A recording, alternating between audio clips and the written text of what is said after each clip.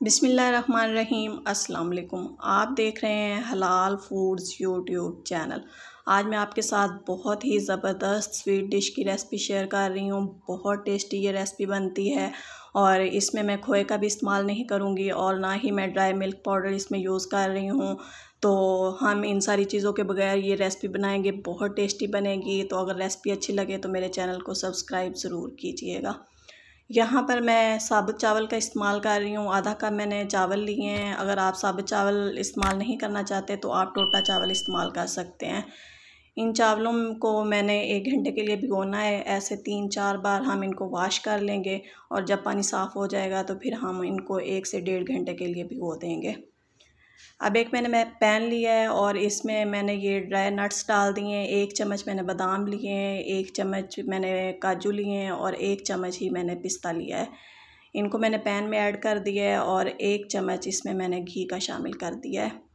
अब low flame करके हम इनको रोस्ट करेंगे। तकरीबन 1 से 2 मिनट तक हमने इनको रोस्ट करना है।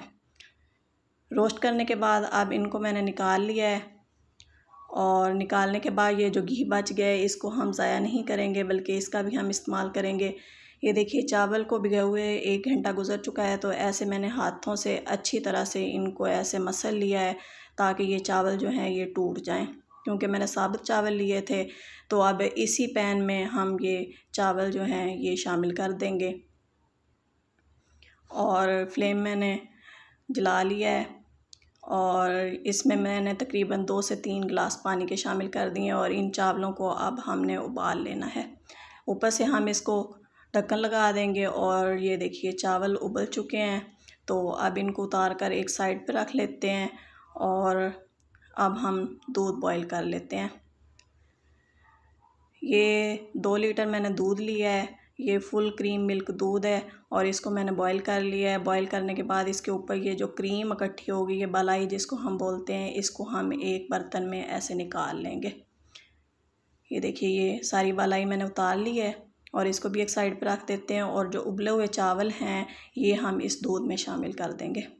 ये तकरीबन तीसरा हिस्सा उबले हुए चावलों का ये मैंने बचा लिया है। इसको हम बाद में इस्तेमाल करेंगे और किस तरह इस्तेमाल करना है ये मैं आपको बाद में बताऊंगी।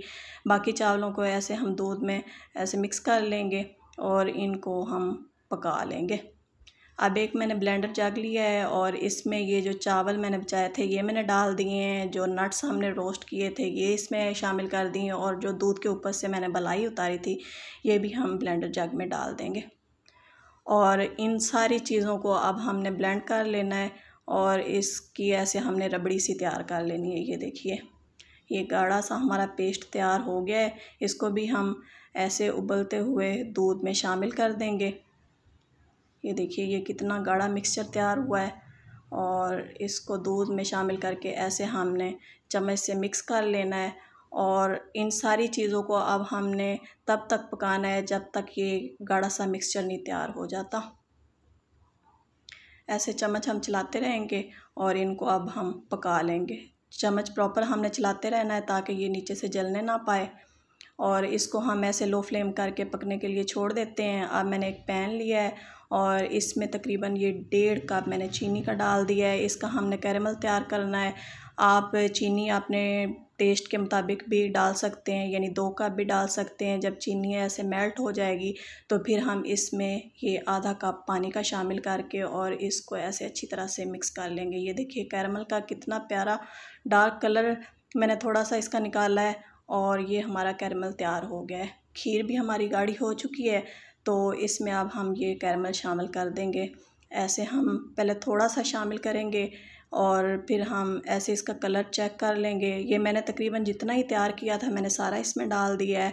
तो आप अपने मतलूबा कलर और चीनी के टेस्ट के मुताबिक इसमें थोड़ा थोड़ा करके शामिल कीजिएगा। ये तकरीबन सारा ही मैंने डाल दिया था तो परफेक्ट जो टेस्ट है इसका निकला था। अब सर्विंग बाउल मैंने लिया है तो इसमें ये मैंने शामिल कर दिए खीर। ये अभी हमें बहुत पतली लग रही है क्योंकि अभी ये गर्म है। जब ये ठंडी होगी तो ये गाढ़ी हो जाएगी। ऊपर से मैंने इसको ड्राई फ्रूट से ऐसे गार्निश कर दिया है और अब इसको मैं तकरीबन 3 से 4 घंटों के लिए फ्रिज में रख दूँगी। ये देखिए फ्रिज में रखने के बाद ये चिल हो गई है और ये देखिए इसकी कितनी प्यारी लुक आई है और ये देखिए कितनी गाढ़ी हो चुकी है। बहुत ही ज़बरदस्त रेसिपी है, इसका टेस्ट बहुत ही अच्छा आता है। जब आप बनाएंगे तो आपको इसके टेस्ट का अंदाज़ा होगा। तो आप इस रेसिपी को ज़रूर ट्राई कीजिएगा और मेरे चैनल को सब्सक्राइब नहीं किया हुआ तो चैनल को सब्सक्राइब ज़रूर कीजिएगा और कमेंट करके बताइए कि आपको ये रेसिपी किस तरह की लगी। बहुत ही ज़बरदस्त रेसिपी है। मिलते हैं नेक्स्ट वीडियो में, जब तक के लिए अल्लाह हाफिज़।